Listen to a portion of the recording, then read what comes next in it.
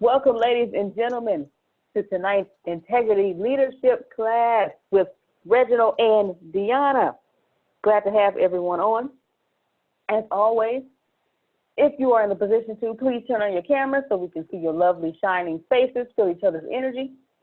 And if at any point in time you have any questions or thoughts, you can wave your hand if your camera's on. We will acknowledge you that way. If your camera's not on, not to worry. You can click on participants. From there, you'll see a small blue hand that says raise hand. Click on that. We will acknowledge you that way. And you're always welcome to type in your comments and questions in the chat. Now, without further ado, let me introduce you. Let me introduce you to our trainers for the evening.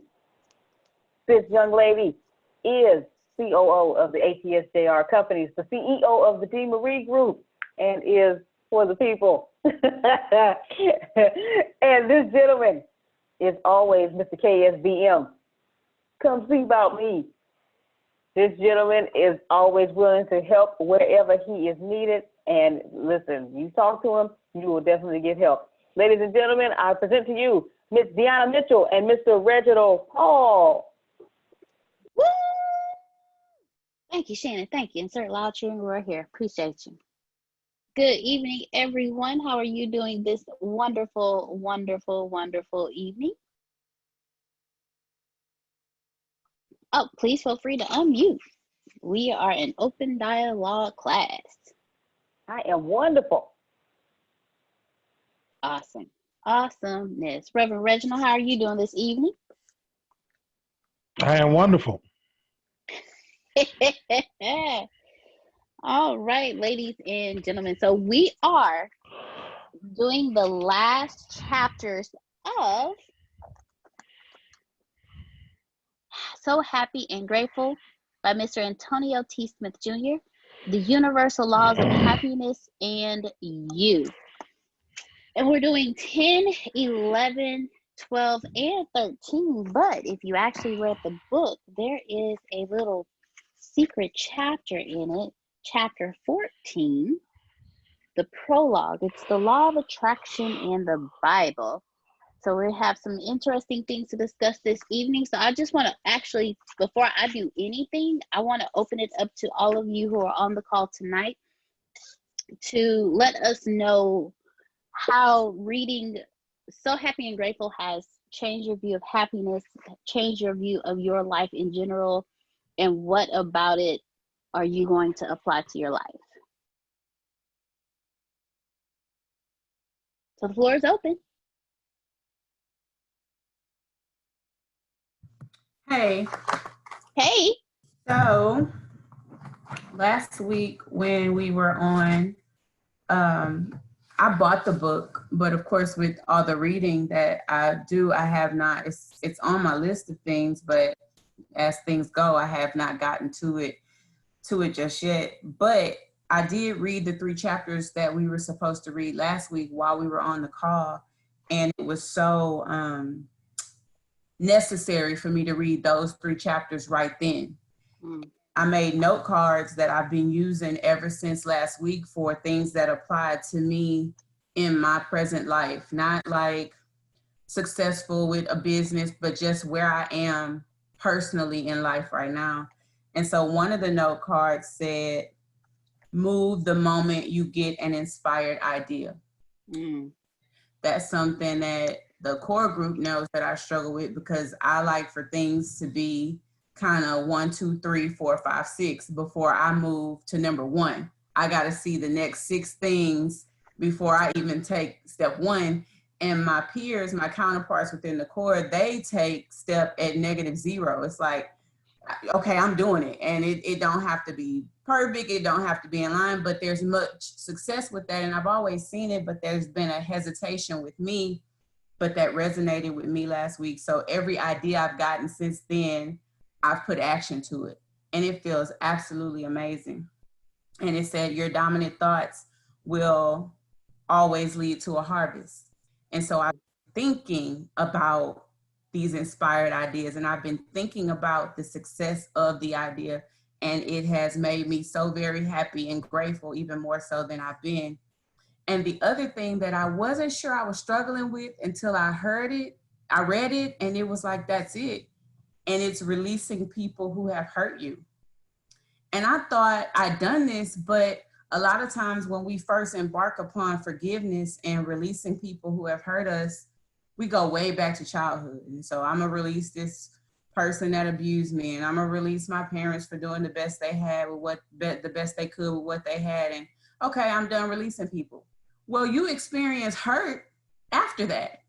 You know, there's hurt I've experienced. There's hurt I'm experiencing right now because of what's going on in our society and in our nation, in our world. And I got to release these people. And so I wrote down the steps that Antonio gave in the book: accept who they are, realize they did the best they could with what they had, release them, and move forward. And y'all, I've been blessing people with the piece of release and movement ever since last week. Like, I release you, I'm moving on, and it has been an extreme blessing for me. So I have not read the chapters that we're going to go over today. I find that I received much power and energy when I read them, as I listened to everybody giving, you know, their thoughts and things to it. So I'm just really appreciative of it. And that's how it has helped me since we met last week. Thank you. No, thank you. Thank you very much, Shannon, for your, Dr. Clark, for your transparency. I'm going to be transparent and let you know that you were not the only one who had to see steps 1, 2, 3, 4, 5, and 6 before you even took a step to step 1. So thank you for your transparency, and I want to let you know that you did not suffer alone in that. But thank you very much for your transparency, for letting us know what you learned about it and how you have actually applied it to you.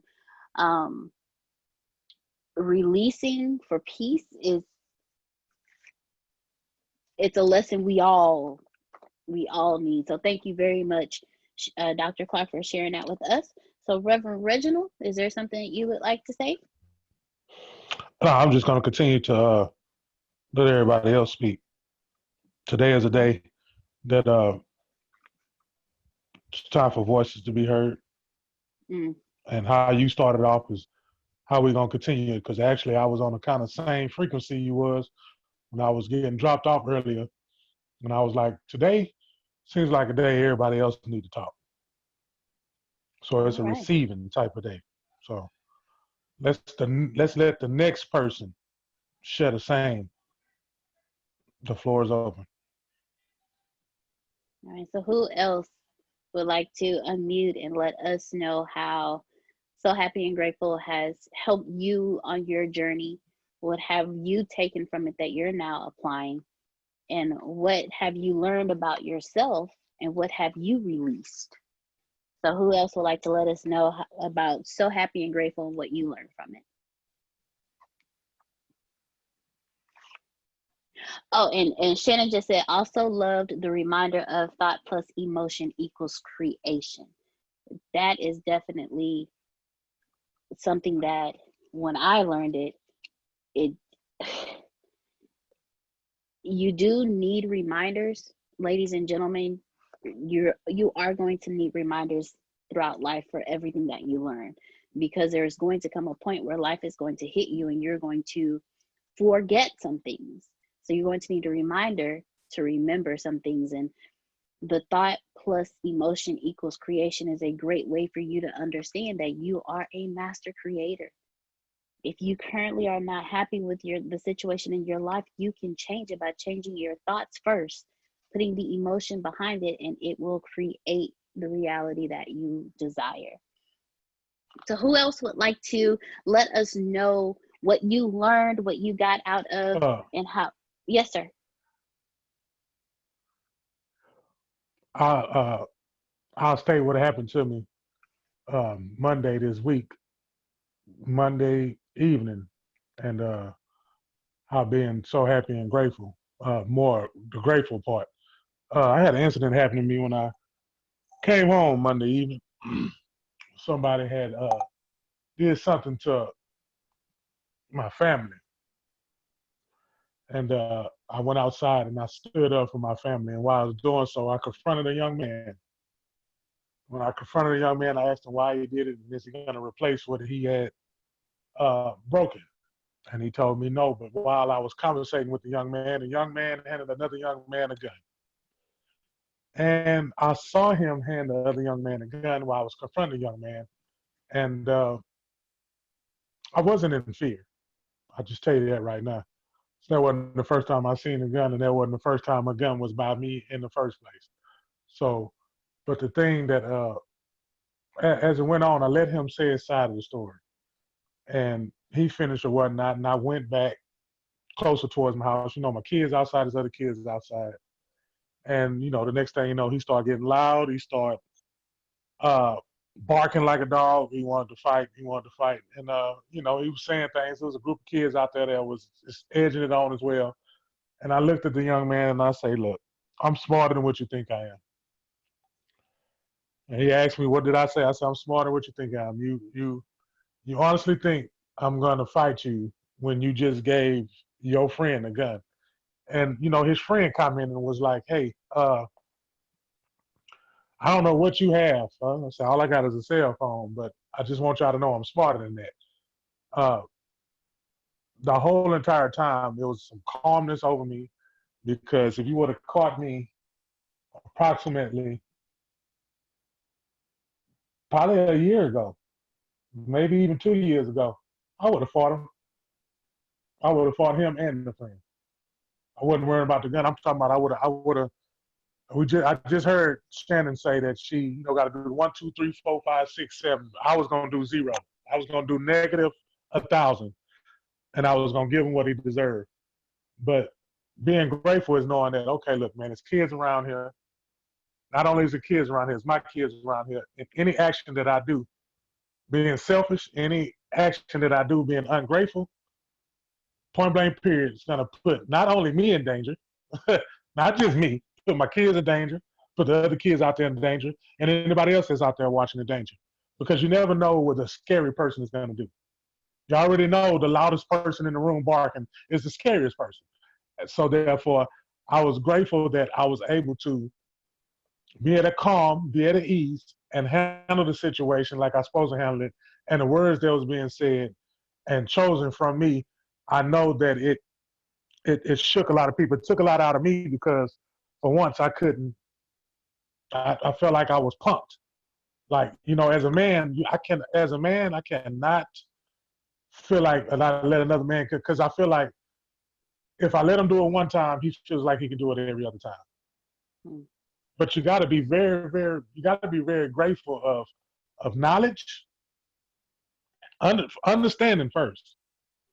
That's the first thing that I received, was understanding. See, that's when all this stuff comes into play.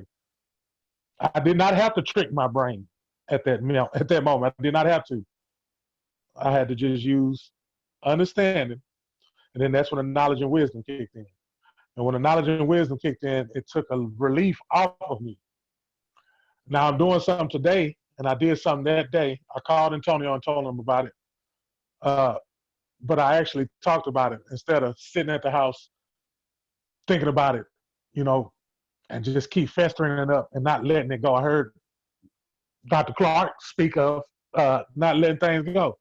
Now, catch me 2 years ago, I would not let this go. I would be in my window blinds right now. I would be in my window blinds right now looking for the young man to do something to him and catch him in a vulnerable situation. But I know, again, I have understanding and wisdom that was not the thing to do. But I'm grateful that, for one, they didn't shoot me, because they mentioned 77,000 times that I was a big person, like I didn't know that. And I'm also grateful that none of the kids got harmed and nobody had to do anything, and the situation was diffused. I'm also grateful that I actually get to talk about it and not hold in an emotion or hold in anything, because I know a year ago that would have ate me alive and I would have tried to do something about it. But by these Thursdays, like I said, reading the book, taking in some of the stuff that the book has to offer, taking in a lot of stuff that I've heard from you amazing ladies and gentlemen, I'm actually learning something. And I'm very grateful that I'm able to listen and learn from you guys. That's why it's important that, instead of us teaching, we also want to be taught as well, because, you cannot be a good leader if you don't follow. So I just want to say that I'm very thankful for each and every last one of y'all that are here, because, again, some of the stuff that y'all said on a lot of these phone calls, I put into my heart. That's how I write it down. I put it into my heart. That's the understanding part. And then you got to go out and perform the understanding part, because you're going to get tested over what you've been taught. You're going to be tested over what you teach. So why not, put none of this stuff to use? I put everybody's input to use. And I'm here in front of y'all today, looking at smiles and screens and magic dust. So thank y'all. Just wanted to share that. Thank you very much, Reverend Reginald, for your transparency and for letting us know how, just in general, how you've learned not only from the book, but from everyone else on here. So thank you very much for your transparency. And I'm very grateful that situation went the way it did, because you're with us, because if you weren't who you were, it's no telling how that situation would have went. So thank you. And we're very grateful that you're here as well. Yes, I see your hand, Carol. Go ahead. I'm going to Thank you, say, Monica. Yes, I know. So I want you to know that you saved a mother from grieving. Okay, you saved a mother from grieving. That's what you did. With all the pain that's out here and all the people that are hurting as it is, you stopped it, because you could have been part of that whole thing. And instead you thought about it. So forget about the kid. Forget about, he has to grow up and he's got to learn just like you have to, just like I have to, and everybody else. But know that you saved a mother from grieving. That's all I got to say. Thank you. Mm-hmm. And Shannon posted, when we speak, we can only say what we know. When we listen, we have the opportunity to learn something new. She said she read this today and she's grateful for Reggie's transparency because it put it in picture form for her. So again, Reggie, thank you for your transparency. Miss Carol, thank you very much for what you said as well, because you're very true. He definitely did that. That's for sure. And Shannon, thank you for your transparency earlier and for your comment as well. So who else would like to unmute your mic and let us know what you have learned from reading So Happy and Grateful from Antonio T. Smith Jr.? The floor is open. All right, well, I guess it's my turn. Go ahead. So happy and grateful as I was reading. I was reading chapter 8. He's talking about the law of visualization, and the visualization process really honed in for me, because it talks about how the 4 essential things that it accomplishes. But what really, the part that really got me, it says when you take your mind out to the end goal, to the celebration of what you have not yet achieved, your mind will begin to build backward and figure out how to get there, and it's stuck. I was like, oh, okay, that makes a lot of sense. It's common sense, but you don't think about it until you read that. Yeah, when you visualize what it is that you want, and you have that great emotion and that great feeling about it, your brain doesn't know the difference whether it's there or not. So the brain will figure out how to go and get that if it's not there. And that really stuck out with me, to really visualize what it is that you want and be happy and grateful about it. That it's already, another part in the same chapter, it says, hey, it's already done because you thought about it and you feel great about it and you feel grateful for it. So it's already done. So all you have to do is keep that visualization before you, and it'll come to pass. So I really enjoyed that that chapter. All of the chapters have been really well, and y'all have been doing a wonderful job with these with the book and with the chapters. But that one really stuck out with me. So thank you for allowing me to share. Thank you. Thank you for sharing, and thank you for your transparency, Ms. Grace Sandals. Thank you very, very much. Who else? Well, first, okay.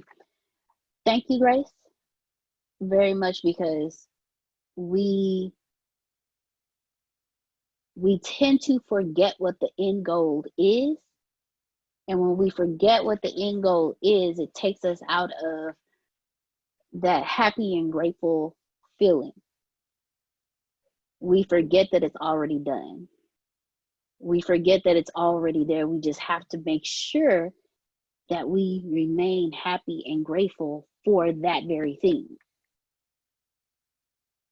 There's something Antonio always tells us. He always excuse me. He always tells us that the moment you get to the starting line, you've already finished. But what we do is we get caught up in the in-between. We get caught up in the dash of life and death, and we completely forget just to be happy. Enjoy the fact that we're here. We forget that we can actually create everything for ourselves just by focusing on that end goal. So thank you, Grace, for your transparency. Thank you, Reginald, for your transparency. Ms. Carol, thank you for your comment earlier. Shannon, Reverend, my apologies. Dr. Clark, thank you so much for your transparency earlier as well. I don't know why the Reverend came out, but well, you know why? Because you steady trying to make songs out here, verses and everything. You got a name for everybody. Sister Reverend Dr. Shannon Clark. You done gave her 17 names. Mind your business, Reginald. Mind your business. But on a serious note, thank you. Thank you, Dr. Clark. Oh my goodness. So who else wants to let us know what you've learned from So Happy and Grateful, and how you've been applying it to your everyday life, and how it has affected your life as well? Who else would like to comment? The floor is open. And even if you only got through the first 3 or 6 chapters, please still open up and speak to us, because every chapter in this book is important. Every chapter in this book is life-changing.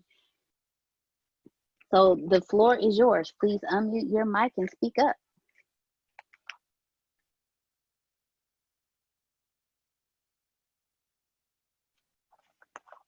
All right. Well, while we are hold up. How about no, because this is what I was saying to myself today on the ride home. I was saying to myself, how about we let the audience pick a favorite chapter, and then they talk about their favorite chapter, their favorite sentence. If they are skimmers, we have a lot of skim readers out there, not skim milk, skim readers. And if you skim read, ain't nothing wrong. I skim read too. Just in case I put myself out there so everybody, well, you know what, I skim too. I'm doing that for those too. When you skim read, tell us something that you got. Tell us something that you got. Because I'm telling you how this works. You know what? I didn't do this earlier. Maybe if I put some of this in here, and then, because every time this happens, something happens, some magical stuff happens, and that's what this is about. Watching the magic happen. So if it's something that touched you, who tricked their brain this week? Who had to trick their brain this week? Who went on a walk? Last week somebody went on a jog. Who went jogging? Who did something to just get away for a little bit?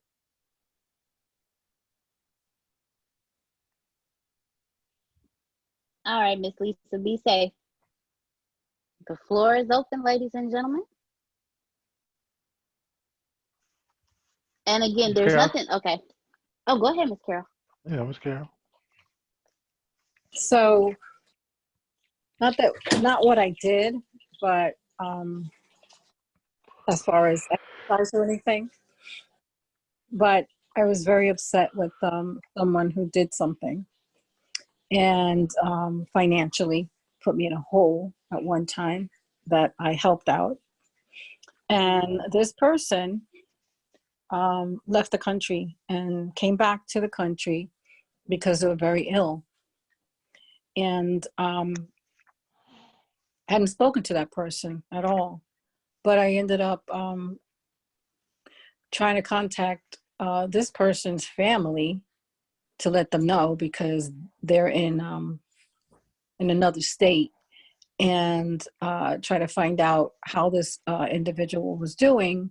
And today is his actual birthday, and I called to let him know that he is loved, regardless of what actually happened, because I'm still paying for what was done. But at the same time, there's a person in there going through agony and dying right now and will die.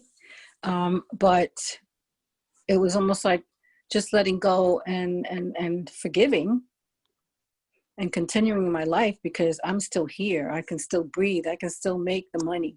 I can still do all these things that this person won't be able to do for very much longer. So I had to let them know that while they're on this earth plane, that somebody does care and they are still loved. And that was really difficult for me because I kept going back and forth. Well, the little gremlin, well, you know what he did. Why you want that? And I'm like, you know what? That's a human being and that's dying. And they need to know that somebody does care while they're here before they go. So I just wanted to share that with you. Thank you. Ms. Carol, thank you so very much for your transparency. If all of us would do what you did, it would alleviate a lot of pain, hatred, hurt, anger, frustration. Because in order for you to make that phone call, you had to forgive.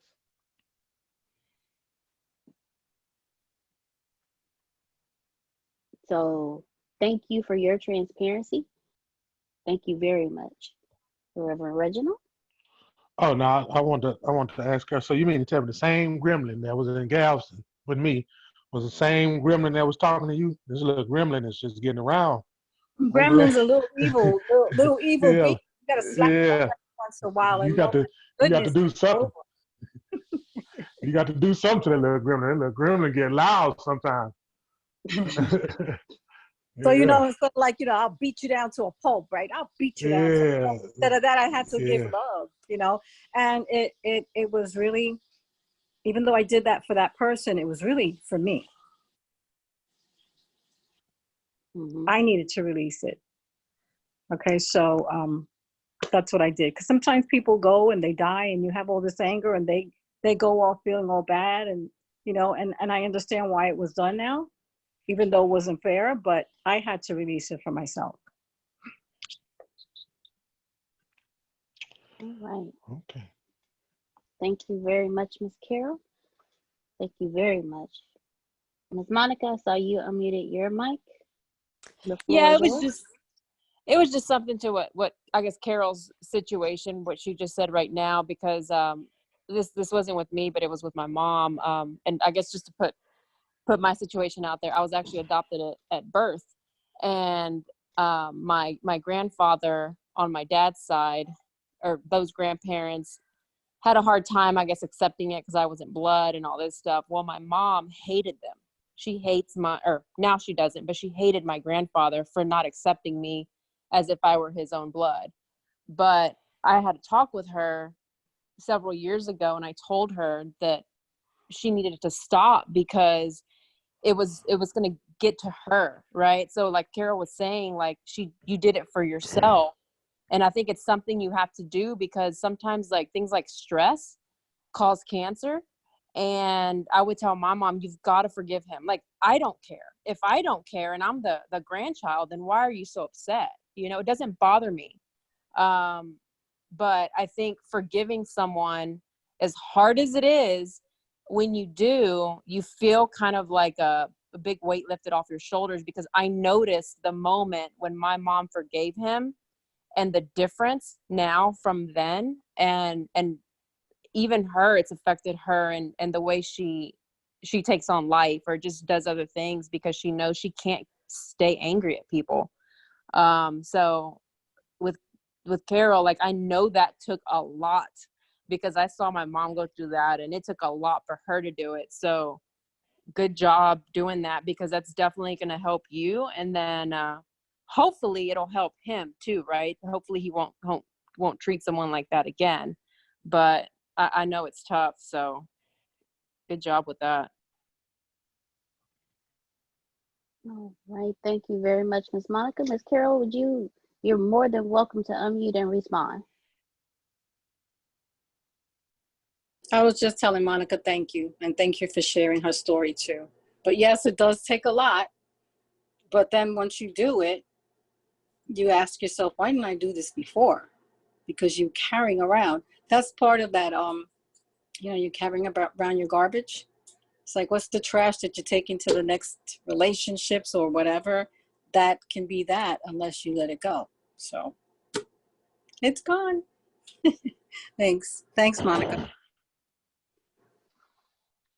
All right. And then Dr. Clark posted, it's amazing how much you can transcend when you are grateful. Thank you very much for that, Dr. Clark. Maurice, I saw you unmuted your mic. The floor is yours. Yeah, I was just listening, and what I had to take away a couple things this week. The class that just graduated, that I just completed, there was a real negative energy in it, and it came from one source, one place, and it affected the whole. It was a vibe, and it kind of it took everything in me really. And I know I wasn't successful every time at not showing it, at least that. But first I want to say, taking off of what everyone else said, that forgiveness is not for the other person as much as it's for you, and forgiving is for me, or the individual that's carrying it. And then the other thing that it reminds me of is, and I don't know how much this applies, but it is said that resentment is like drinking poison and expecting the other person to get sick from it or die from it, right? And if to carry things around and hold it in, that's almost really what it becomes, because not forgiving, turns into resentment often. But for me, the takeaway was I had to hold everything, accept that reality. And then when I didn't respond, and then I was able to look at what really was going on, that person it was something going on with that individual. And had I responded and not got to a place, or had I responded the way I wanted to, it would have been probably what they're used to, the norm. And it would have been their norm, and they would have been able to disrupt the whole of, because what really was going on is, like you said about being loud, person the loudest in the room, usually is deflecting often. And it was really a deflection instead of dealing with what was the subject matter was. It was kind of like a know-it-all type of, mentality. But then when the quizzes came back, it was, half of it. And, it didn't show up in the work, and so it was that on top of it. So it was really kind of humbling, because I had to really step back and be like, okay, well, there's pain there. There's something going on with that individual, a level of pain that they're dealing with, or whatever it is that they're dealing with. It ain't me. I had to really realize that it wasn't me, that it was something so it was a level of growth there. And now I think it helped me to be able to deal, if that opportunity arises again, I'm able to deal with it better. So I think that would be in line with what everyone else was saying. There's a level of growth there. That's what I would like to share. Thanks for letting me share. Yep. Thank you. Thank you very much, Maurice, for being transparent and sharing with us this evening. When you're so, yes, ma'am, Ms. Carol, go ahead. I just wanted to respond to that too. And, you know, one of the things is that when we go through all of these things and we're hurting, we're feeling some kind of something about it, you got to ask yourself, you know, hey, self, how did I get in this? Why did I make the decision that I made to get in this? How, you know, what am I learning from this? What's the lesson in it? And make sure that you're learning something from it so that you don't repeat those kind of things. Because sometimes you say, well, you know, I want to do this. I'm trying to be helpful. I'm trying to be kind. I'm trying to be doing this. Why? Why are you doing that? Why are you making that choice? What is it that you're getting from that? Okay, so sometimes it's just a lesson so that you know, you can learn.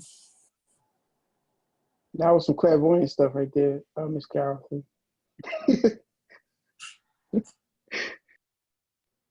I thank you for that. Thank you again for your transparency, Maurice. Thank you, Miss Carol, as well. Reverend Reginald. I'm just enjoying the joy that is being spread on this call. Joy! That's what's being spread. I just want to continue to I want to continue to hear it. It's just one of those evenings. It's in us. You can see it, you can feel it, and it's there. And don't feel like your voice is tiring people out, or you know, just keep going. If you just keep going, let it flow like water, Galveston beach water.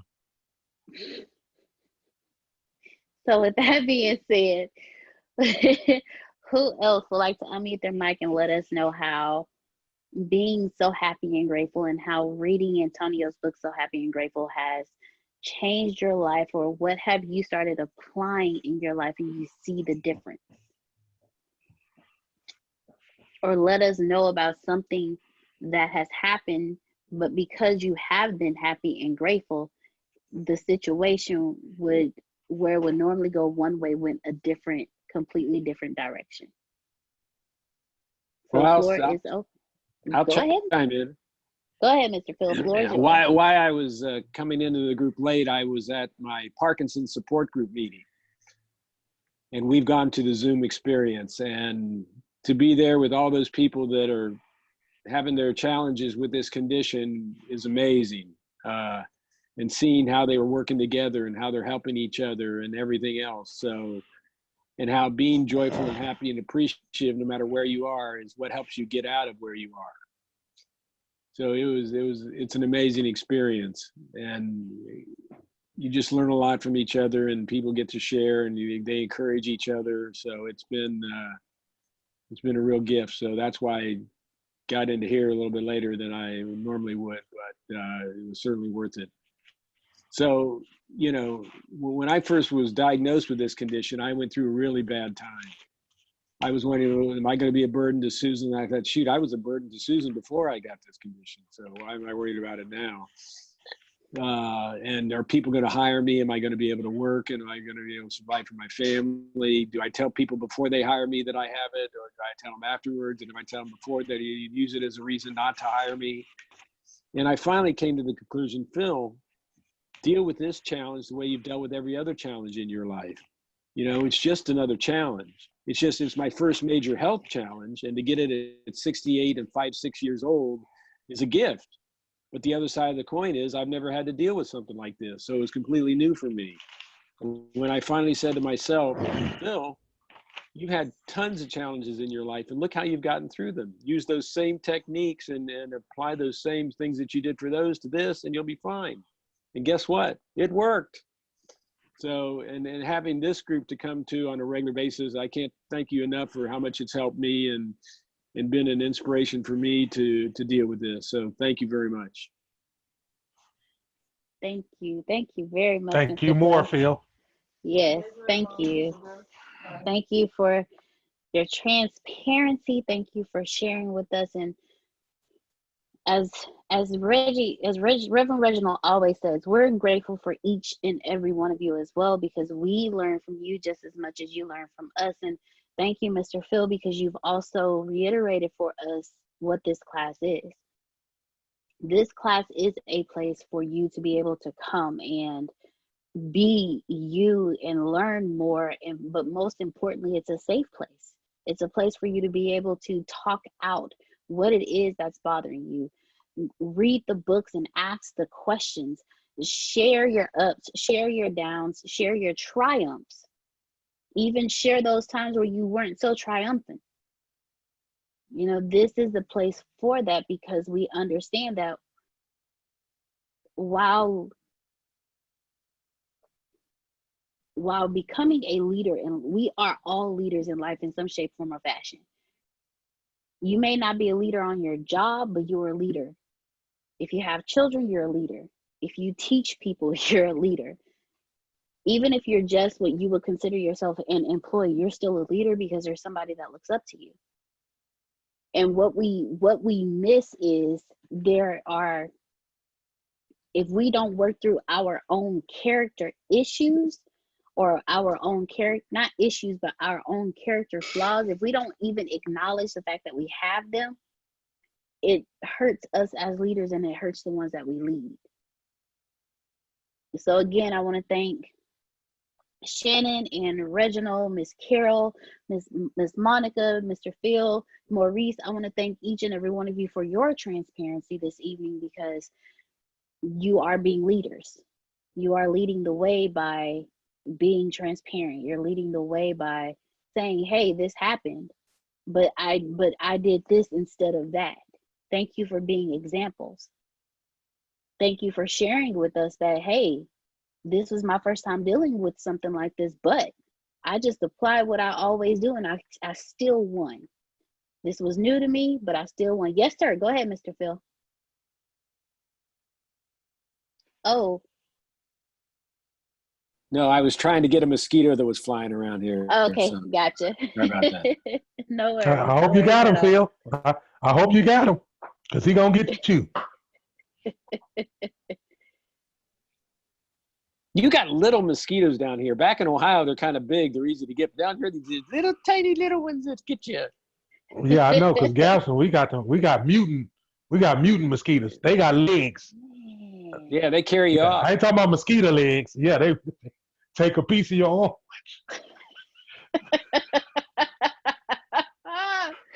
And you know what's crazy? Those little bitty ones are more irritating, because like you can't get to them like you want to, so they can move, and they move faster. So it's like, stop. And by the time they done tag you about 3-4 times. Whereas those big ones, you're right, they carry off a whole baby. Yeah.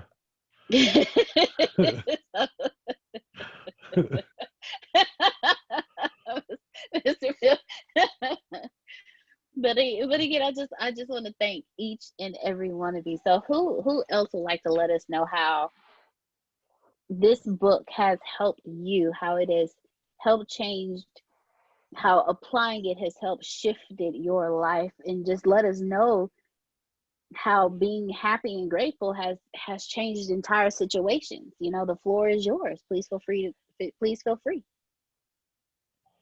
I have a question for him. Go for it. While this still, and look, even though I'm gonna ask a question, if you still want to tell us what the book did for you, please don't pass that opportunity by. Or do something for you to change your inside.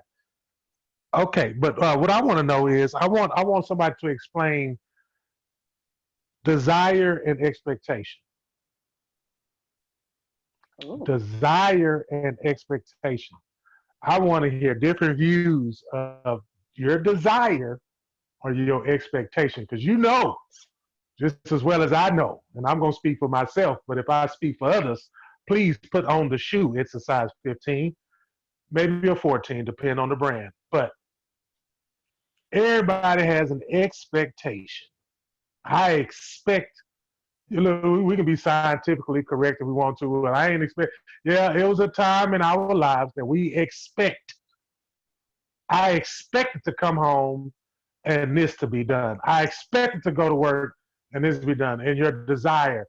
I desire red Kool-Aid with all that sugar in it that I cannot drink anymore. I cannot drink it. I desire cheese pizza. I just can't. But I desire the willingness you know, desire just like an exotic word to me. It's I desire. You know, that's something that you just that's like an island or a mirage. I just desire something versus I expect it. Because somebody please help me. Reggie, I'm asking for some help. desire is your passion. That's what you desire. You desire becoming a millionaire. And there's a purpose why you desire it, right? So that's a passion.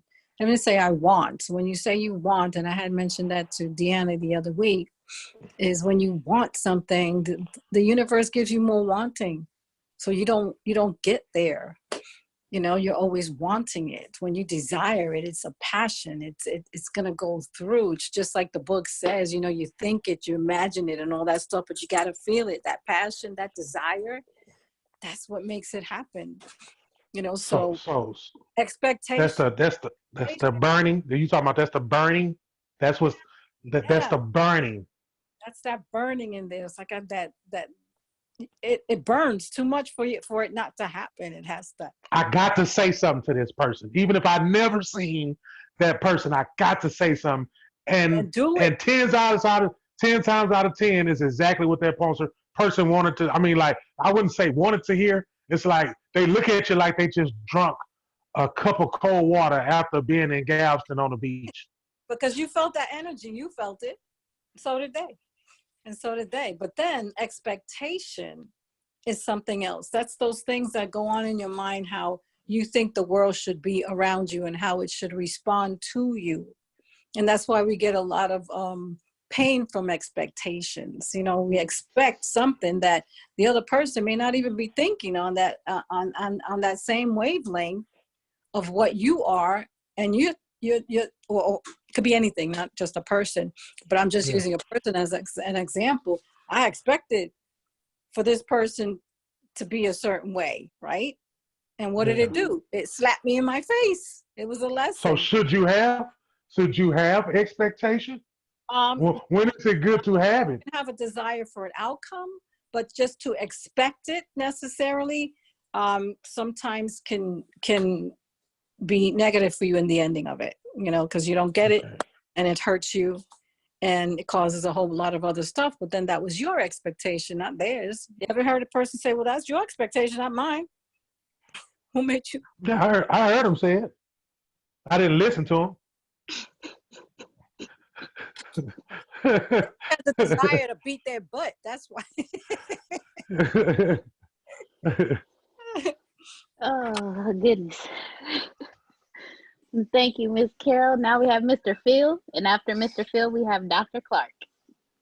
Well, I'm not going to talk about desires anymore because I think Carol nailed it. I don't think I can add to anything more that she says, but I will help with the expectations. I've got a behavior that if everyone you do what I'm going to tell you to do, you'll have less stress. You ready? From now on, I want you to lower your expectations and you lower your stress. Now, keep your standards high. Don't lower your standards, but lower your expectations. So from now on, I want every one of you, when you drive down the freeway, I want you to expect people to drive slow in the fast lane. So this is the behavior we'll have. We go, oh, look, dear, there they are. We were expecting them to be there. So you pull off the right as you pass, and you wave, you smile, you throw them a kiss, you get back in the left lane and get on down your way. As opposed to how we currently do this. Look at that idiot, BBB, flash, flash, flash, jerk. Like they can hear us through the windshield. Then what do? We turn off the right as we pass them. What do? We give them a fist. Some of us add a digit. And then what do? We get back in the left lane and what? Slow down. Now, was it the person driving slow in the fast lane that caused you the stress? No, it was your expectations to the person driving slow in the fast lane that caused you your stress. So lower your expectations and lower your stress, but keep your standards high. Don't lower your standards. And by the way, if there's anybody here tonight who does drive slow in the fast lane, get out of it. You're not supposed to be there. But for the rest of us, they're always going to be there. So that's the difference between expectations and desire. Take your blood pressure now, Phil.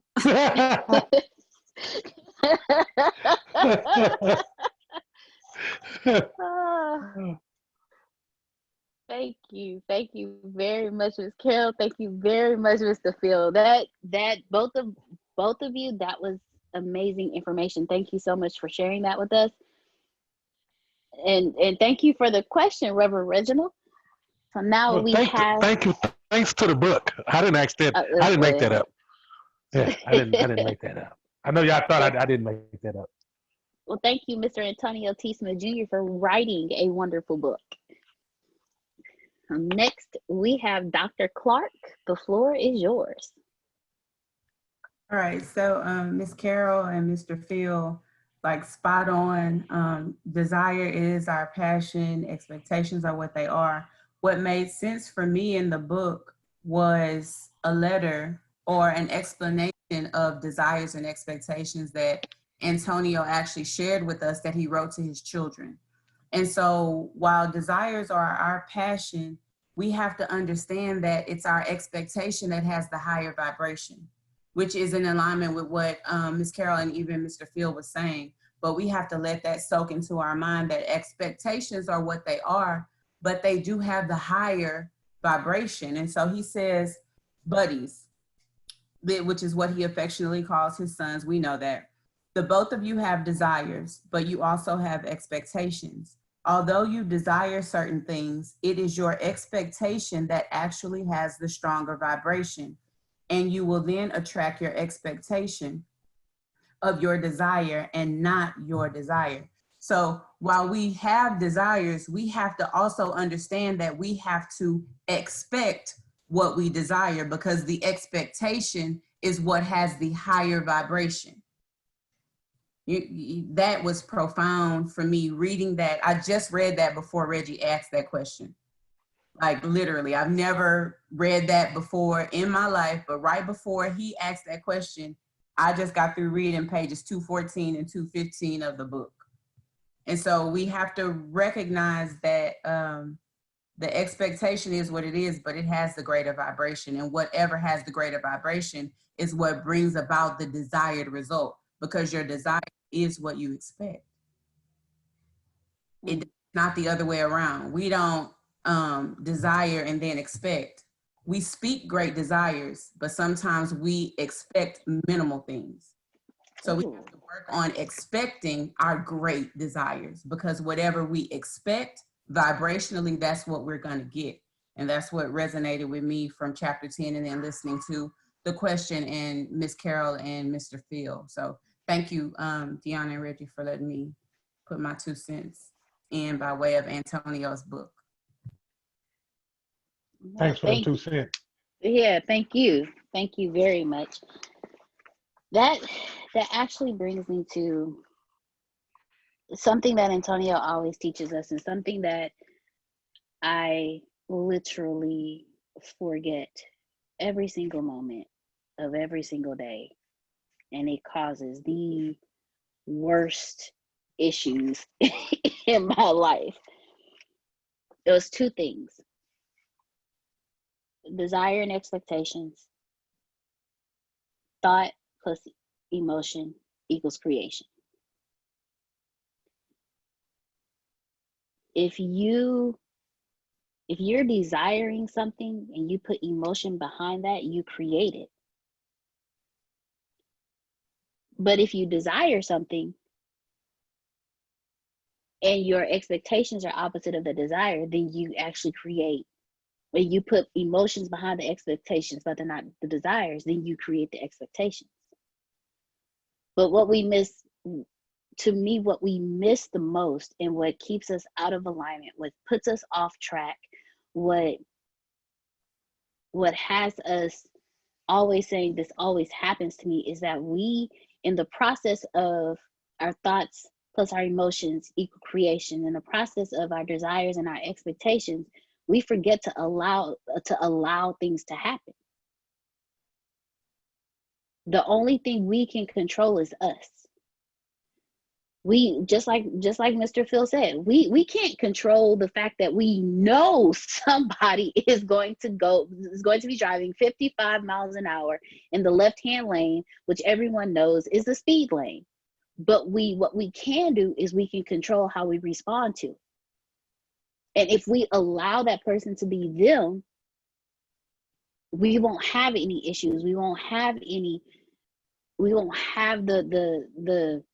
results that we get from that. And so with that, if we understand that if we just allow life, because life is life, we are not the only vibrations on this planet. We are not. And then when you invite someone into your life, you invite their vibration, or as Antonia always says, you invite them into your garden. So if you're going to do that, you have to allow them to be them. But what we don't do is we don't allow people to be people. We don't allow the personalities of the next person to flourish. It's not our responsibility. It's not my responsibility to say, Phil, you can't do that. That's not my responsibility. But my responsibility is to allow Phil to be him.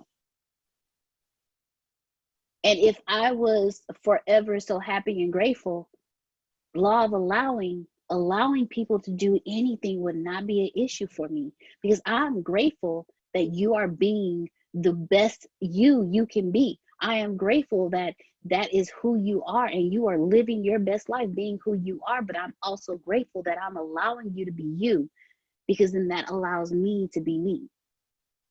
But if we're so busy trying to control everything around us, if we're so busy trying to control everybody else, how can we be us? How can we allow somebody else? And you miss out on learning. If Miss Carol wasn't in the law of allowing, she would not have made that phone call.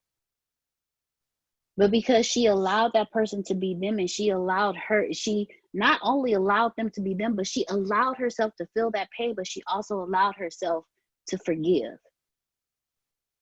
And in the process of doing that, she was able to make that phone call. To me, so happy and grateful. This entire book, to me, sums it up to, if you want the greatest life, be happy and be grateful. Forgive and live. Stop worrying, stop stressing. Like Mr. Phil said, if you lower your expectations, you lower your stress level. If you stop expecting the world to screw you over, then maybe, just maybe, the world will stop screwing you over. But you keep putting that vibration out there. So how are you going to allow yourself to just be free and happy? So Reverend Reginald, I'm going to pass the floor back to you. Okay. I got another question. Go for it. That Antonio put into my mind. How do you break the cycle of repetitious living? Ooh. Anybody want to tackle that? How do you break the cycle of repetitious living? How do you break the cycle of doing the same thing over and over and over again? How do you break the cycle of chasing your own tail? Not all at once, please. Become a contrarian.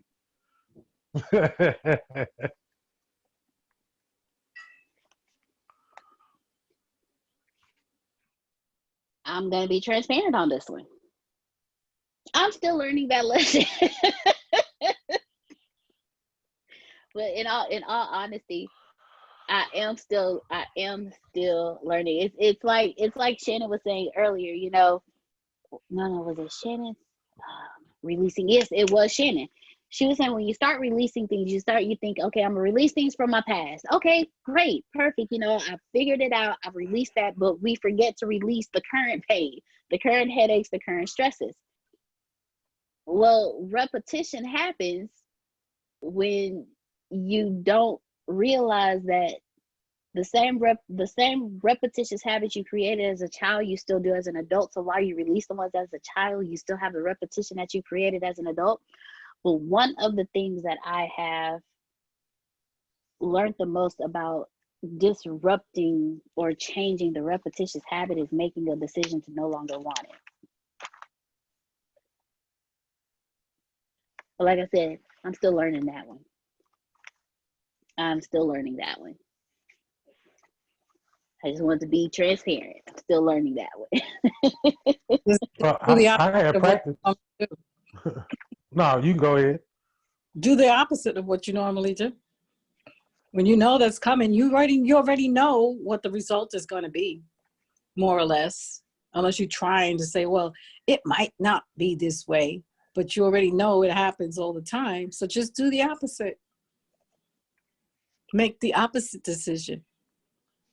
Mm-hmm. See what happens. That's tricking your brain. That's if you want to use the book definition, that's tricking your brain. If you want to use Reginald's definition, it's get out the familiar and get to the unfamiliar, because we already know how to shoot a right-handed layup when we right-handed, but when it's time to shoot that left-handed layup, we still gonna go with that right hand because it's dominant. But you know what else, Reggie? When you do the same things over and over, you got to ask yourself, where does that stem from? Where does that that's stem a good question. Yeah, where does that stem from? Okay, so why am I doing that over and over again? What is it that I'm getting out of it? Or what have I not learned? Or what do I need to still do? Why do I think I'm still good at it? When you get that, then you'll be able to make the change. Because you're getting something out of all that negativity.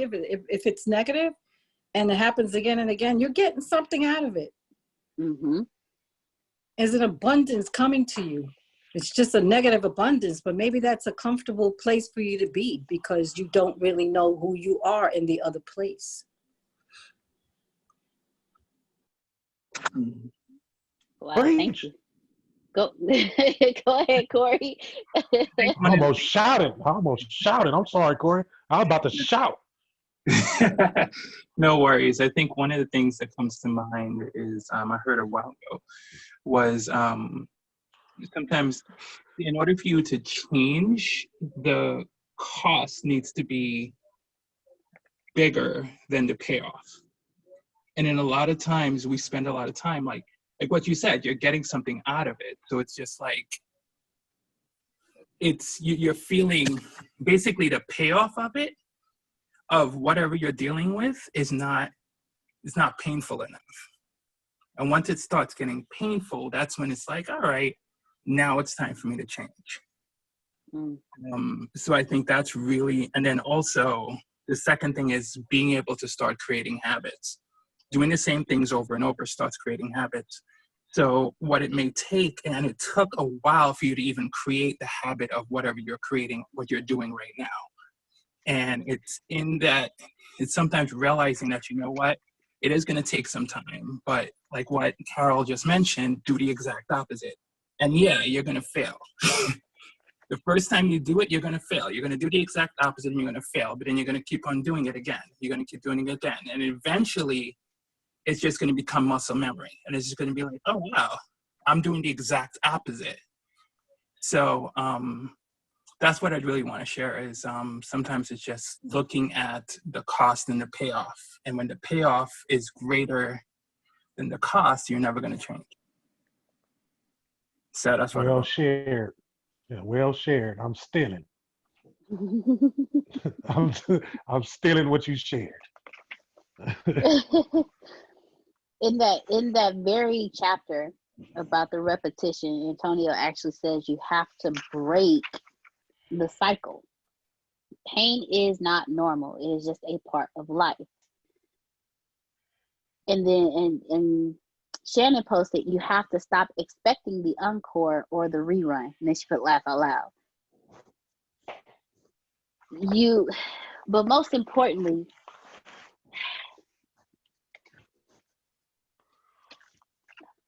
I'm gonna read it one more time.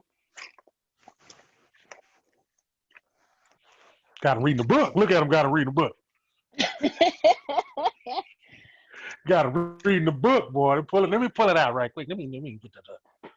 Okay, so I'm gonna tell everybody what page it's on. It starts on page 273.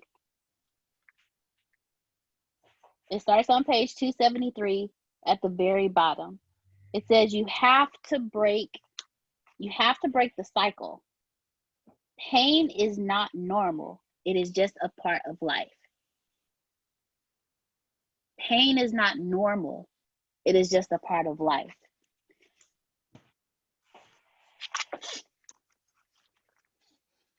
We have I'm saying we, I'm like, as Antonio always says, a third person plural. I think I said that correctly. But we, as in the human race, a lot of us think that pain is normal. We think pain is normal. So every time we feel pain, we're like, okay, well, that's normal. It's just a part of life. It's not,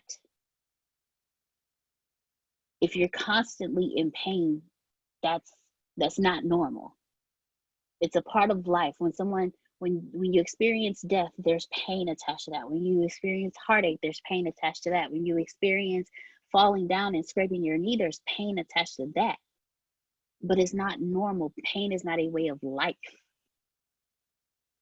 But we get to a point where we repetitiously live in pain. And as Corey was just saying, you get to a point where it's like, okay, this is too painful. It's time for me to change it. But what if you're addicted to the pain? What if you're addicted to that pain and you don't realize that there's more to it? I believe Miss Carol was just saying how some people get something out of pain. Like they get something out of it. There's something Antonio used to always tell me, and I didn't I didn't really understand it until this very moment. He said people either will run from pain or run to pleasure. But what if the pain is the pleasure and you repetitiously run towards the pain because the pain is pleasurable to you because you get something out of the pain? Go ahead, Miss Carol. So I have a little story to tell. There was this lady that I was working with the Red Cross, and it was in a location where there were mothers, families that were in like a shelter there, abuse and all kind of stuff. So one of the ladies that was there was talking about her abuse, and she'd always go back to the abuser and always go back to the abuser. And he would hit her and beat her and punch her in her face. And this gentleman actually came to the location and wanted her to come back home. And she almost left. And we had to talk to her. And the conversation went really strangely. She said, it's just that I know that he loves me. And that's his way of showing it. But her background, when she was little, she would get beat. She would get beaten all the time. So that was a familiar way of her thinking that somebody cared enough to hit me. And to her, that was some kind of strange way of showing love. So she accepted it because she felt that's what she deserved. That man came back twice and hung himself on the lamppost in front of the building so that she would never forget it again. But she had to go through therapy because of that. But she, sometimes people are they don't know anything different. Antonio told us something one time. He was talking about us becoming millionaires. And when it gets difficult, what do? We go back to the old way of being, even if it's a hard, like going back to the corporate world or whatever. Even if it's like something you don't want to do and it's hard and you're like, I want to change my life, but you go back because of the familiarity. It's a comfortable, uncomfortable. And that's, and it takes a little time to get out of it. You have to learn new things, new skills, and feel new feelings, and then enjoy that. So you can pass through that tunnel, that dark tunnel, and come to the light.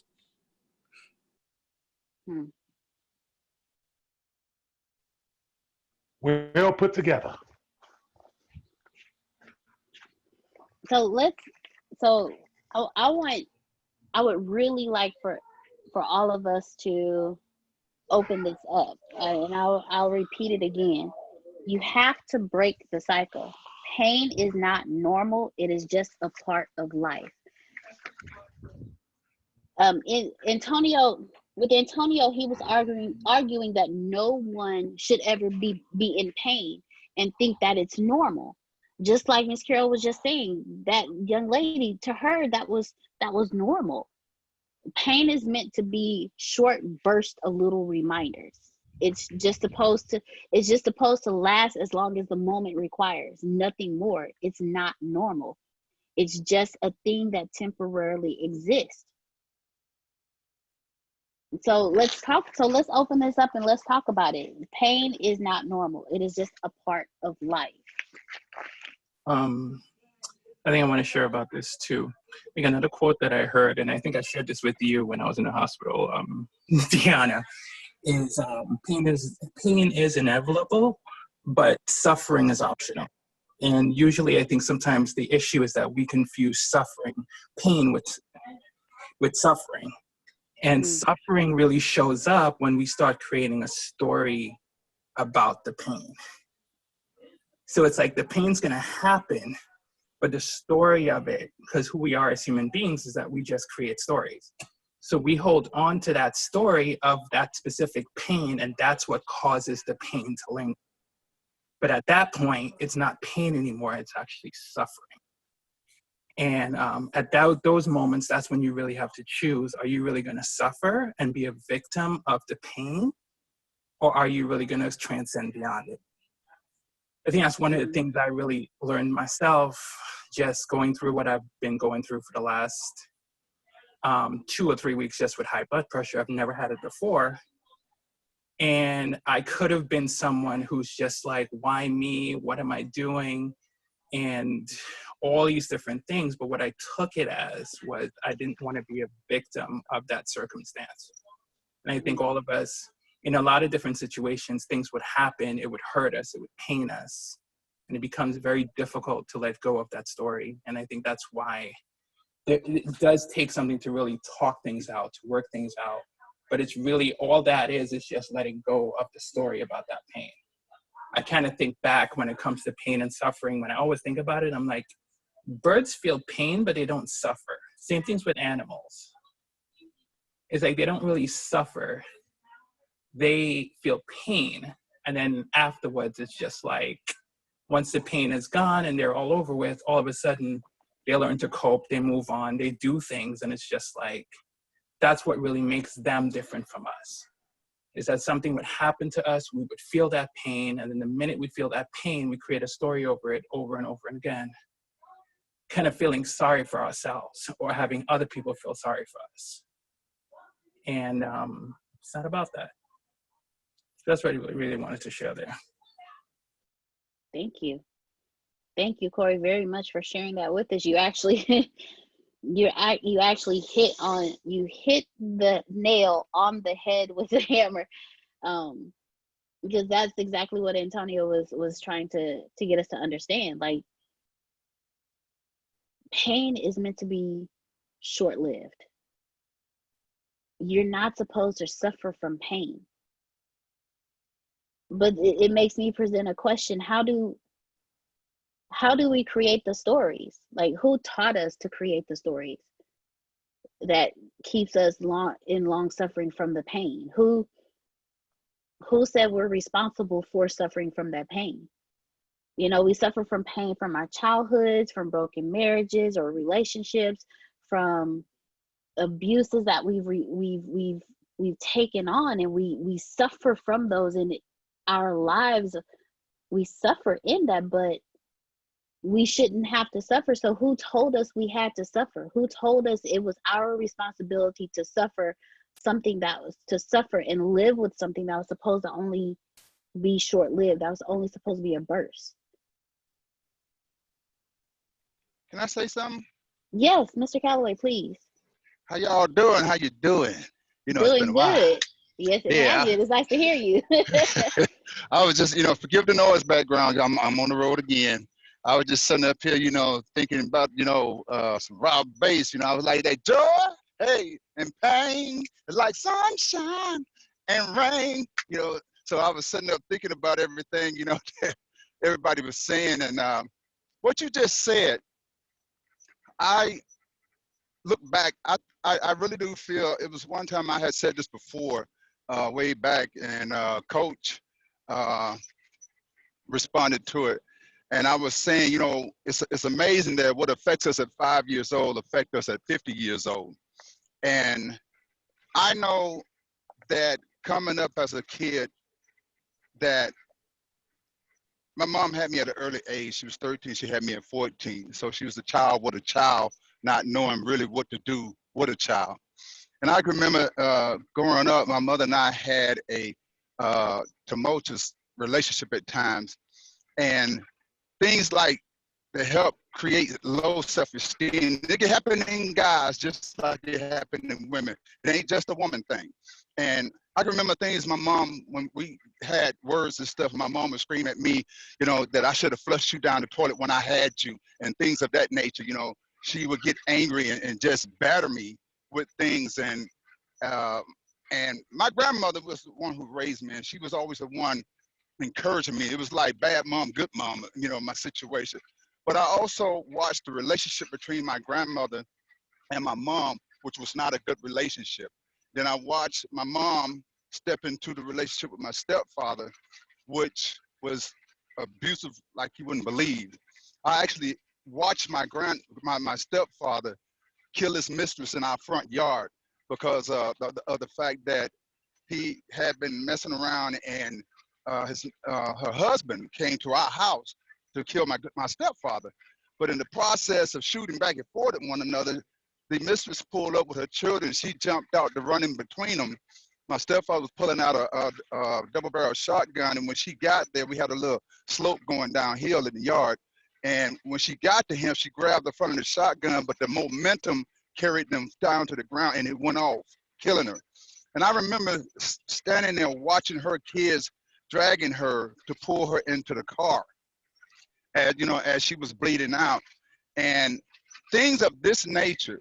Because I thought about what if my stepfather had not been doing what he had been doing, had he not been putting my mother through what she was doing, it wouldn't have affected me. But you don't think that all these things affect you, and they do. And I grew up, you know, with seeing all these things and listening to my mom and my stepfather fight, my mom taking things out on me, you know, like I said, telling me, you know, I should have flushed you down the toilet when I had a chance. I didn't have the greatest confidence or self-esteem coming up. And I developed in my mind that every girlfriend that I would get, I looked at them as my wife.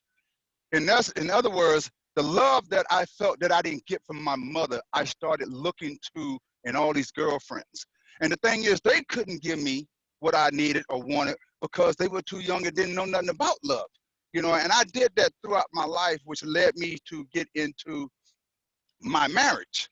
And when I got into my marriage, you know, I was so determined that I'm not going to be like my family. And when I become a husband, I'm going to this, and that.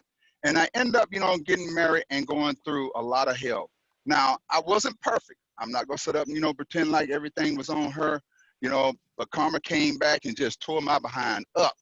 And some of the things, you know, that took place didn't have to happen. But the thing is, I felt that all those things that were happening, that's what I was supposed to go through. I was actually thinking in my head, you know, this is all part of it in the Bible, you know, for better or for worse, and sickness and health, you know, and all of these things she's doing, I'm going to forgive and this and all this stuff. And I kept holding on and holding on and holding on and holding on. Even after I had stopped with all the nonsense, and I realized, you know what, man, this ain't getting me nowhere. I'm going to act right, you know, and be the man I'm supposed to be in this marriage. Well, she decided to take her turn, and she beat me up. Well, I was hanging on for such craziness that finally God said, you know what? I see that you're not going to leave this situation, so I'm going to make her leave. So she finally got up and she left me. And I can remember, man, I was sitting out there in the garage, you know, just drinking every day. I was lost the house. I'm sitting out there in the garage, and one of my best friend's daughters used to come by. She used to work with the police department, and every day she would come by and say, John, you can't let this get to you. You can't stay in this situation. But me, I had made myself believe that I couldn't find anything better. I had made myself believe that this is what I'm supposed to go through because my mother and them went through it. I watched my aunts and uncles. I not only my mom and some of these, my uncles, and I watched my uncles who were abusive in their relationship. You know, I watched the uncle beat his wife down in the ground so that when she got up, her imprint of her body was still on the ground. And I watched all this growing up, but it tore me up as a young man coming up. And I was so indecisive, so screwed up in the head. And I remember when my wife left me, it took me 4 years before I actually would smile again. And one day I was driving down the road and I started to laugh at something. And I actually caught myself and I stopped laughing. I'm like, what? I'm not supposed to be. I actually said this in my mind. I'm not supposed to be laughing. I'm not supposed to be happy. I actually said that in my mind. And then God sent two people who I never even met before. It was two guys I used to talk to their father. God sent two people. And for some odd reason, these guys decided to befriend me. And it was through talking to these guys that I was able to get back to a point where I started believing in myself. I started feeling good about myself. I stopped letting what, happened to me determine, how I was supposed to, wake up every day and think and feel and all that. And I got beyond that. And I got beyond it so doggone well and everything that I went back. I had got so bad that I had a lot of nice suits and dress clothes and earrings and things. My relationship got so bad that I stopped wearing them. I took out my earrings. I started just wearing clothing in the truck, boots and sweats and stuff all the time. I wouldn't dress up or anything, But eventually these guys helped me come out of that. And I'll never forget when I came home one day, I stopped by and got me some new earrings and put in. When I said, man, screw this. I'm not going to let this hold me down forever. And I walked in the house and my niece and it was like, whoa, Uncle Johnny, you got your earrings on. And, and that's when, I realized, they had even noticed the change in me. And real quick, earlier this year, I hadn't spoke to my ex in 8 years. Out of nowhere, out of the blue, she got in trouble down in Georgia. Out of nowhere, she called me, of all people. And I remember talking to her, and I said, for you to call me, you must really have a problem because you hadn't spoke to me in 8 years. And she was crying. She begged me to help. So I got up. I said, hold on. I got off the phone. I prayed. And I said, okay, Lord, tell me what to do. I called her back in 10 minutes. I said, meet me at the airport. I got up. I went to the airport. I went to Georgia. And I helped her. And I moved her to Kentucky with our grandchildren. And that's where she's at now. After it was said and done, she said, why did you help me? I said, let me tell you something. I said, if I had remained the same as I had been years ago when you left me, I'd have never helped you. I'd have never spoke to you. I said, but I chose to forgive, not for you, but for me, because I walked around for years down in the dump. I said, and I'm not there anymore. So I said, I didn't have a problem with helping you. I said, and God put it in my heart to do so. I said, but the next thing, I said, I didn't want my granddaughter to ever hear that my grandfather had the opportunity to help my grandmother when she was down, and he did not do it. I said, I don't want her to ever think that I'm that type of man, that I won't be there for her. So, with that being said, men can get down in a dark place too. And, and most times men, we have it harder getting over a relationship. But like Mandela said, he said, sometimes we fight so hard to stay in a situation, and we fight so hard to let go when we realize that that thing must die, and a lot of times we don't realize that until it's too late or until we've been put through a whole bunch of craziness or madness, and some people don't recover from that, but as you get stronger in the mindset, you'll be able to overcome those things, and that's what always happened to me. My mindset got stronger. I started believing in me. I started believing that I deserve goodness. I deserve happiness. I deserve joy. And I kept repeating that to myself every day, that I deserve these things. And I believed that I was going to have these things.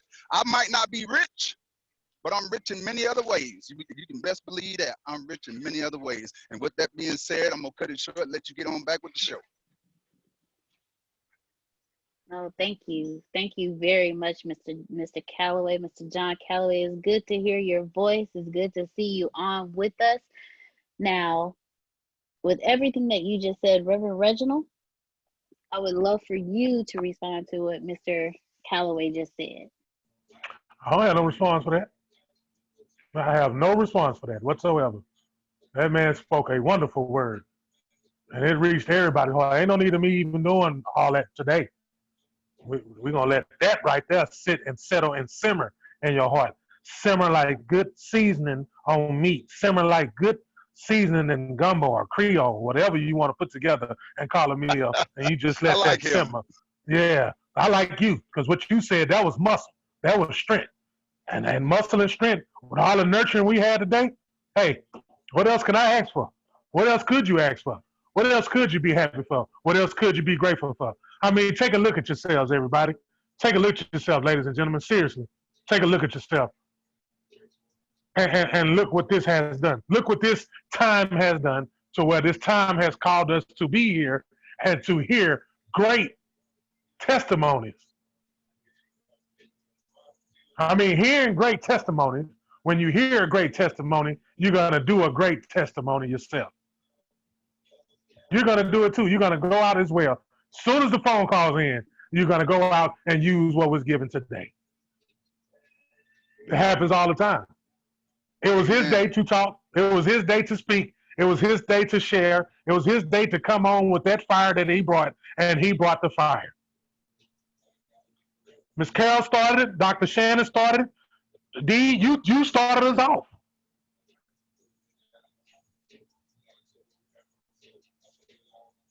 I mean, this is wonderful, man. This is wonderful. I mean, take a look at it.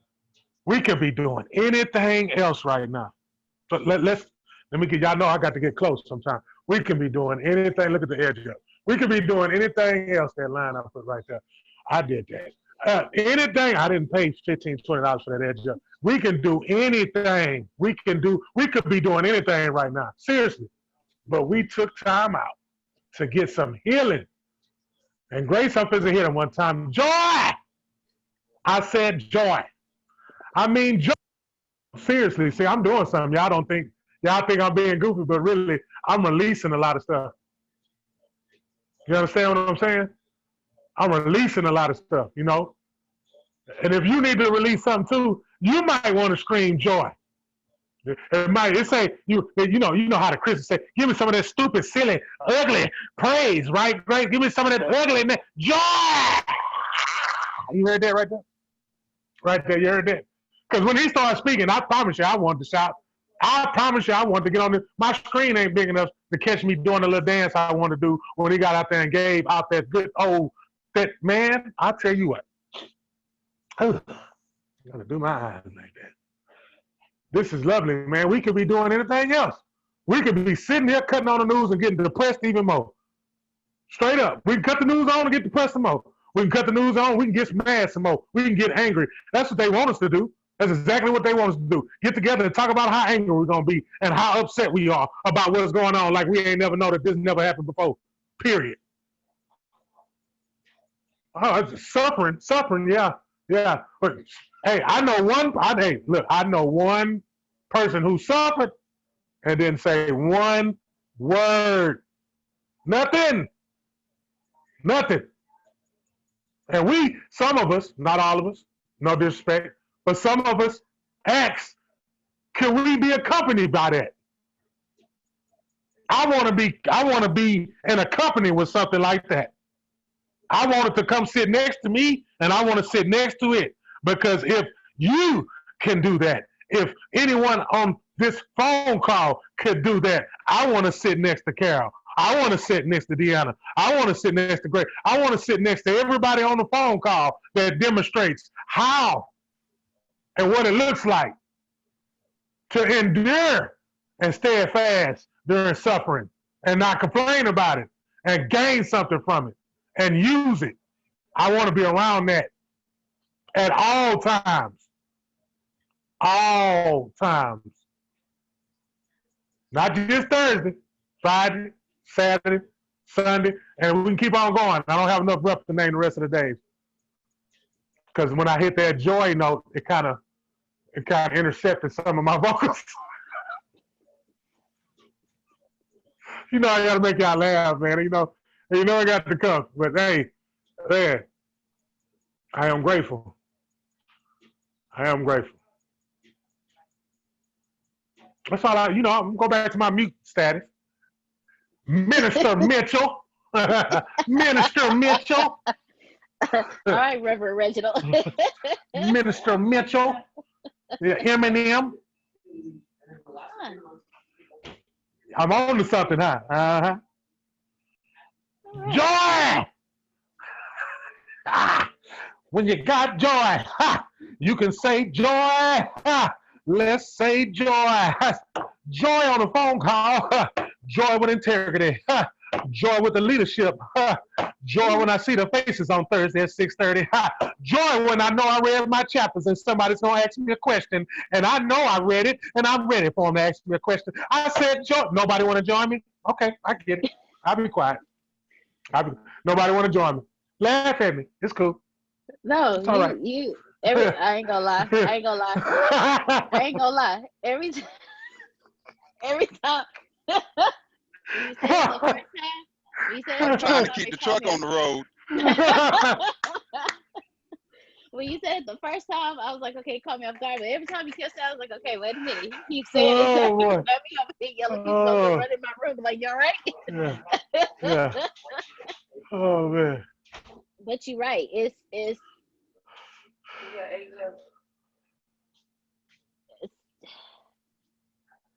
yeah. I'm say it, D. You gotta say it. No. Everybody waiting on you to say it. Everybody is waiting on you to say it. You have to say it, and you gotta have that oomph in it. Come on, Minister Mitchell. Can I say something else right quick? Yeah, Can I say something else right quick? Yes, go ahead, Mr. John. And after Mr. John, Ms. Carol. Okay. I would just want to say this. You know, a lot of times when we're going through an issue or situation in life, we look at that as, wow, man, this is the worst thing I've ever gone through. And, you know, and Deanna, you know where I've been. You know my history, being in prison in Thailand and all that good stuff. And I just wanted to say, even when you think whatever present situation that you are going through, and you think that's the worst, you haven't even reached your worst yet. Because the next situation to come along, you're going to be saying, that's the worst. And really, your only worst situation is in your mind of what you think about the situation that you're going through. I sat there all those years in that prison over there in Thailand, and I had to endure what I endured, you know, bathing in brown river water with algae and all these things in it, sleeping on that concrete floor all that time. You know, we didn't have things like toilet paper. You know, we had to use a bowl of water in our left hand, you know, to properly take care of ourselves. You know, walking through all the open sewers when the monsoons rain and all that crap, you know, that I had to endure, you know, and through all that, you know, when I look at things today, when I hear people talk about, man, my situation is so bad, it's the worst. No, it's not the worst. Because no matter how worse you think your situation is or could be, there's always a situation that's actually worse than that. And the majority of the time, what we think is the worst is only what we've conjured up in our mind to be the worst. But if you flip that switch and change that mindset in reference to what you think is the worst, you'll find out it was no big deal at all. It was no big deal at all, because there's always somebody out there that feels that what they're going through is worse than what you're going through. And sometimes it's true, but it's because a lot of times we in our thinking make it that way. That's all. Wow, thank you. Thank you very much, Mr. John. Ms. Carol, go ahead. So, John, I'm grateful for you sharing all of that with us. You blessed us all tonight. So karma is coming back at you. So you're going to be blessed too. So just know that. Just know that. But one of the things I wanted to say also is that everything we feel is because of the stories we tell ourselves. Okay. Sometimes we have things from the past, like childhood, right? Well, like somebody mentioned 5 years old, something happened and we're still thinking about it and reacting to that. It's the little child in us that's doing the reacting. But the story you're telling yourself is not necessarily the story that actually happened either. It's the story that you perceived happened and you live in it and believe in it. And it may not necessarily have gone exactly the way you think it did. I've been told, you know, like I said, to my family a couple of days ago. I was saying something about the family. Yeah, you remember when this happened? And they were cracking up laughing. They said, it didn't even happen anything like that. You're getting your stories all mixed up. In my mind, that was the story, right? So we have to also think about what we think about all the time. And what kind of stories do we conjure up? And how do they make us feel? And why are we wanting to feel that way? That's all I wanted to share. Thank you, Ms. Carol. Thank you very much. John, again, thank you for your transparency. Ms. Carol, thank you. Corey, thank you. For all of you who share with us this evening, thank you very much. Reverend Reginald, I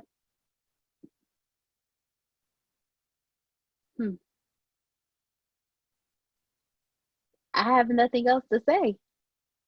Yes, you do. You ain't got to look. You don't have to do it. You just say joy. Say it in your voice, joy. You can do it in your voice, B. You don't even have to do it. You don't even have to channel your inner Reginald.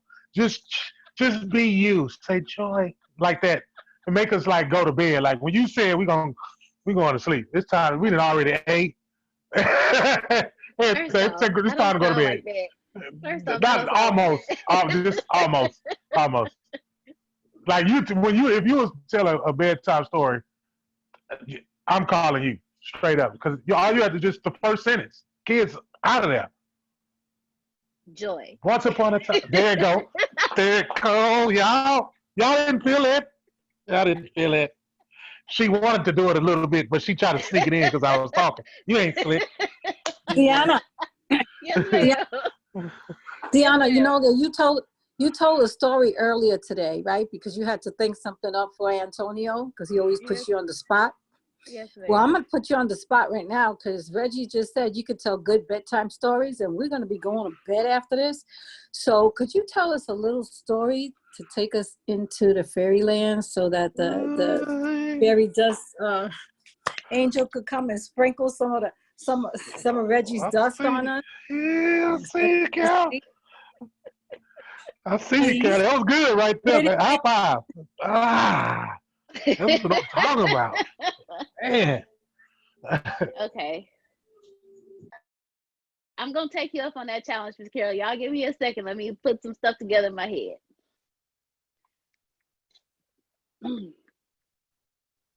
There was this child who had the imagination of Disney. Anything that he could think of, it was there right in front of him. And as children, we're all the same way. The ground is hot lava and you can't touch it, or if you step on a crack, you would literally break your mother's back. The sheets draped across the chairs are actual tents. The blocks that you had as kids are actual dungeons. His imagination was so huge as a child. And his imagination is where he lived. But as he got older, as all of us do, the world just kept knocking at him and knocking at him and knocking at him. And he just got to a point where he lost that imagination. He lost that childhood. It was driven deep inside of him. He took it and he sheltered it and he covered it because that was the one part of him that was still innocent to him. Well, as he was going along the day, him sheltering the child in him made him miss out on living. And as he got older, that feeling of missing out became stronger and stronger. He was like, there's more to life. There's so much I want to live, but I don't want to get beat down like I used to. I don't want to get told I'm crazy or I'm weird. I don't want that anymore. And I'm an adult. And as an adult, this is how I should act, but when he went home, he still let his imagination run, but only in the confines of his home. And as he got older, he just felt more and more closed in and he started drifting away more and more. And then one day he ran into a stranger. And a stranger looked at him and said, you know what? It's time for you to let that kid loose again. It's time for you to live. You have been slowly killing yourself every single day, all of your life. It's time to just let go. And he looked at that person, he brushed off what they said, but as he was driving home from the normalcy of the rat race, the everyday routine, as he was driving home that day, the thought just rang louder and louder in his head. It's time to let go. It's time to live. It's time to be the kid again. And a couple of weeks went by, and it just kept ringing, and the words got louder and louder and louder. And then he was sitting at his desk, and he heard a knock. Now, the knock kind of caught him off guard because he sat in a cubicle. So he's sitting there, he hears the knock, and kind of look up, and he looks around, and it's like, okay, I don't see anybody. So he went back to what he was doing. He heard the knock again, and he looked around. And he was like, okay. And then he heard a tiny voice. I want to come play. I want to come play. And he's like, what is going on? Like, am I going crazy? I'm hearing stuff. And on his drive home, he kept hearing it. I want to come play. I want to come play. Let's go play. Let's go play. And then when he got home, he was sitting down, and he closed his eyes for a moment. And as he closed his eyes, he saw himself as a kid. And he was literally sitting there having a conversation with his younger self. His younger self was like, what happened? We were supposed to be astronauts. We were supposed to travel the world. We were supposed to be the first people on Mars. What did you do to us? And he's like, well, there's so much that happened. You wouldn't understand because you're a kid. And and his younger self said, no, we're still supposed to do this. We can do anything. Remember, we can live and do whatever it is we want to do because we are the master creators. Remember? And he sat back and he looked at his younger self. He was like, no, you don't understand how life really is. But see, what he wasn't understanding was the child in him was telling him, no, you don't understand how life really is. We're supposed to do whatever we want to do. We're supposed to be us. We're supposed to live. And at the end of that conversation, his younger self looked at him and he said, you know what? My feelings are hurt. You're not my friend anymore. Because my friend lived. My friend loved. My friend danced in the rain. And for a moment, he sat back and he looked at his younger self, and he had a realization. It's like, you know what? You're right. I was so busy trying to protect you from this reality in this world that I was actually hurting you more than anything. And then he woke up. But this time when he woke up, he had a different feel to him. He had a different energy about him when he got up. So he woke up, he went throughout his routine, but then he had this feeling of, you know what, I'm gonna have a great day today. As he got dressed, he started humming. And he's never hummed a word in his life, but he just started humming. He's like, And then he remembered the song that he was humming. It was a song that he used to go outside and play to as a kid. And then as he's driving, he started looking up at the sky, and he was like, oh, that cloud looks like a cake. Oh, that cloud looks like a dragon. And he was like, wait a minute. I haven't done this in a long time. This is fun, you know. And he got to work, and when he got to work, he realized that he didn't quite know who his coworkers were. So while they were all sitting in the lunchroom together, he went and he said, hey, everyone, how's everybody doing today? Hey, Carol, how was your day going? Hey, Reggie, how's everything going today? Tell me about you guys. How are you? And he noticed how everybody just looked at him, and after a while, they started smiling and responding back to him. And the day went by wonderfully. And as he's driving home, he had a realization. See, when he fell asleep with the understanding of, it's time. I don't want to disappoint my friend anymore. So what he didn't realize was he made a decision at that moment to let the child back out, to live, to create whatever it is he wanted to create. And because he decided to do that, he had the best day ever.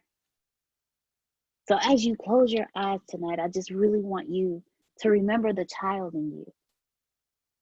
Not the child that remembers the heartache, the pain, or the reality of things, but the child who remembered that the floor being hot lava, so you jumped from the couch to the rocking chair to the other couch. The child who built the fort out of chairs and sheets. And when you went in, it was this huge castle that covered the entire city. I want, when you go to sleep tonight, remember that child. Remember the dreams of that child. And when you wake up the next morning, I want you to live. I want you to have the imagination of that child, because that child understood that no matter what, I can be whoever I want to be. I can do whatever I want to do. And that's what makes me happy. So go to sleep tonight being that child and wake up tomorrow alive. Thank you all so much for joining us this evening. Reverend Reginald, any closing? Oh, Miss Carol, go ahead. You're so special. Oh my God, God bless you. You got to write children's stories. You do. I actually never thought about that. You're a blessing. Thank you. Thank you, Miss Carol. Thank you very much. Honestly, when you were telling your story, the first thing I thought of was like Oprah, and I wish she still had her show, because that would have been perfect, like for you to go on her show for, yes, like Carol said, children's stories. Thank you, Miss Monica. Thank you, Corey. Thank you very much. Reverend Reginald, any final words to close us out this evening? I said enough. I am all out of voice. We're just going to end on your smooth tone. Well, ladies and gentlemen, thank you so very much. Thank you, Dr. Clark. Oh, thank you, Miss Levon. Thank you very much. Yes, sprinkle everyone. Thank each and every one of you for joining us again for another integrity leadership class. Next week, we will be discussing chapters 1, 2, and 3 of Dr. Henry Cloud's Integrity. I hope you guys are ready, because this one right here is a woozy. But thank you all so much. We will see each and every one of you next week, next Thursday at 6:30 p.m. Central Standard Time. And honestly, with everything in me, I am begging you, please remember the child in you. Good night. Good night.